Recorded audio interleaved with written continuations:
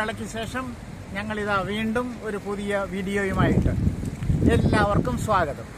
വിയന്നയിലെ 150 വർഷം പഴക്കമുള്ള 2.5 ചതുരശ്ര കിലോമീറ്റർ വിസ്തൃതിയുള്ള സെൻട്രൽ സിമട്രിയിലാണ് ഞങ്ങൾ വന്നിരിക്കുന്നത്.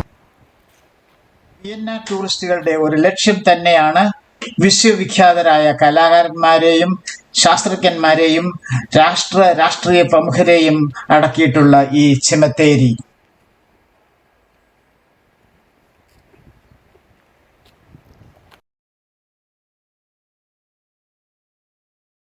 അനേകായിരം ജനങ്ങൾ ഇന്നിവിടെ വന്നു പോകുന്നുണ്ട്. വിയന്നയിൽ നിന്ന് മാത്രമല്ല, ഓസ്ട്രിയയുടെ മറ്റു പല ഭാഗങ്ങളിൽ നിന്നും.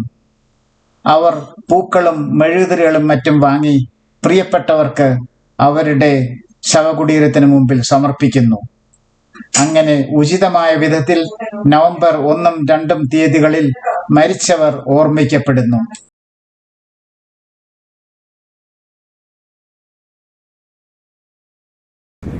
ഇവിടെയൊക്കെ ഭയങ്കര ആൾക്കൂട്ടമായിരിക്കും. ഈ ദിവസങ്ങളിലേക്കായി പ്രത്യേക ട്രാമുകളെല്ലാം ഏർപ്പെടുത്തിയിട്ടുണ്ട്. ഇവിടെയെല്ലാം നിറയെ പാർക്കിംഗ് ഏരിയ ഉണ്ട്.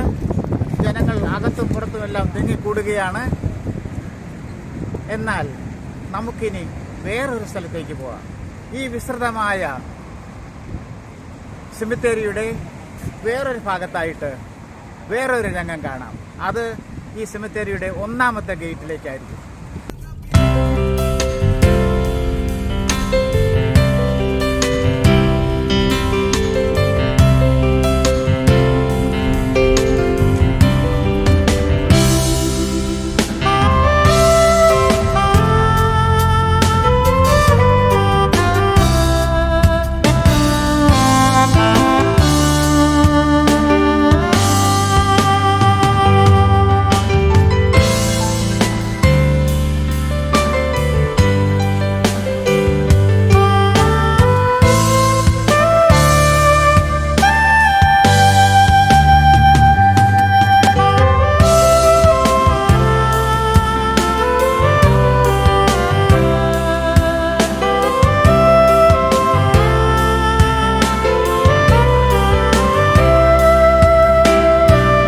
സെൻട്രൽ സിമിത്തേരിയുടെ 1ാമത്തെ ഗേറ്റിൽ ഞങ്ങൾ എത്തി. ഇത് ഒരു പ്രത്യേക സ്ഥലമാണ്. ഇവിടെയാണ് പ്രധാനമായിട്ടും വിയന്നയിലെ യഹൂദന്മാരെ എല്ലാവരെയും അടക്കിയിരിക്കുന്നത്. 2ാമത്തെ ഗേറ്റിൽ കണ്ടതുപോലെ വലിയ ആൾക്കൂട്ടമൊന്നുമില്ല, തിരക്കൊന്നുമില്ല. ഇവിടെ എല്ലാം ഒന്നുകൂടെ സമാധാനപൂർവ്വം വളരെ വളരെ ശാന്തമായിട്ടാണ് മുന്നോട്ട് പോകുന്നത്. ഇതിനെപ്പറ്റി കൂടുതൽ കാര്യങ്ങൾ ഉടനെ തന്നെ പറയുന്നതായിരിക്കും. വിയന്നയിലെ സെൻട്രൽ സെമിട്രിക്ക് ആകെ 23,54,272 സ്ക്വയർ മീറ്റർ വിസ്തൃതി ഉണ്ട്. അതിൽ 260,000 സ്ക്വയർ മീറ്റർ യഹൂദരുടെ ഭാഗമാണ്. ഇവിടെ 1ാം ഗേറ്റിൽ 80,000 യഹൂദരെ ഇവിടെ അടക്കിയിട്ടുണ്ട്. 1ാം ലോകമഹായുദ്ധകാലത്ത് കൊല്ലപ്പെട്ട പട്ടാളക്കാരെ കൂടാതെ മരണമടഞ്ഞ ജനങ്ങളെയും അനവധി പ്രതിഭാശാലികളെയും ഇവിടെ അടക്കിയിട്ടുണ്ട്. ഈ ഭാഗം ഇപ്പോൾ പ്രത്യേകം സംരക്ഷിക്കപ്പെടുന്ന ഒരു ചരിത്ര വസ്തുവായി മാറിയിരിക്കുകയാണ്. എന്താണ് അതിന് കാരണം? എന്താണ് ഇവിടെ ഈ ദിവസങ്ങളിൽ 2ാം ഗേറ്റിൽ കണ്ടതുപോലെ ആൾക്കൂട്ടവും തിക്കും തിരക്കും ഒന്നും ഇല്ലാത്തത്?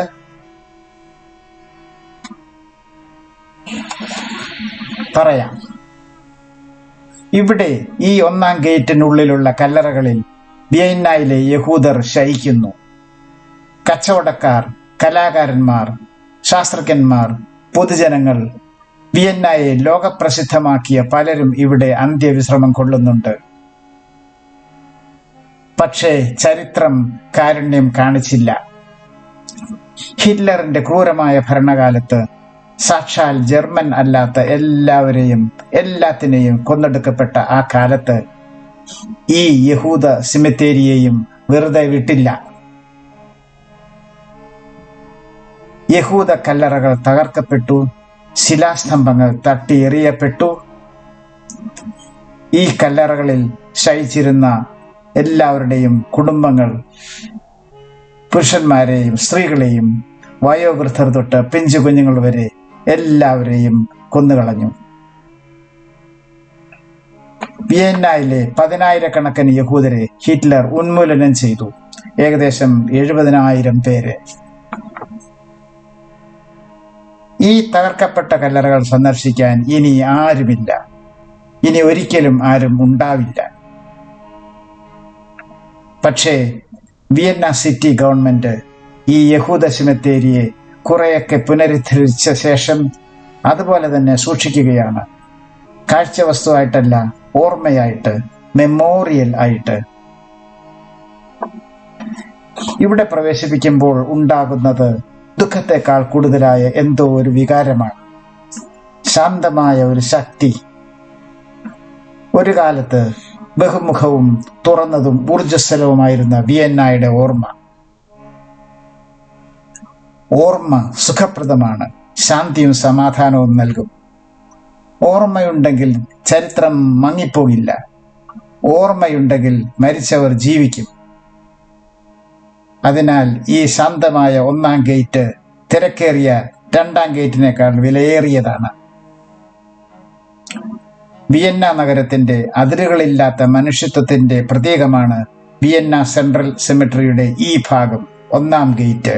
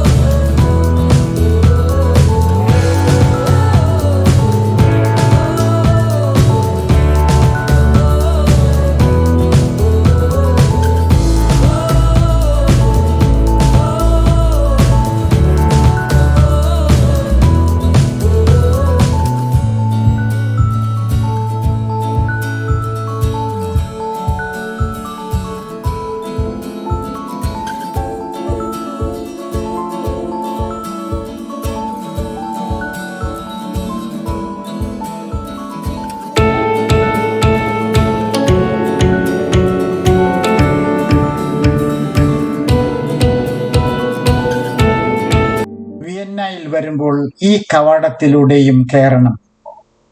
എല്ലാവർക്കും all saints and all souls day. മരിച്ചവരെ മറക്കില്ല.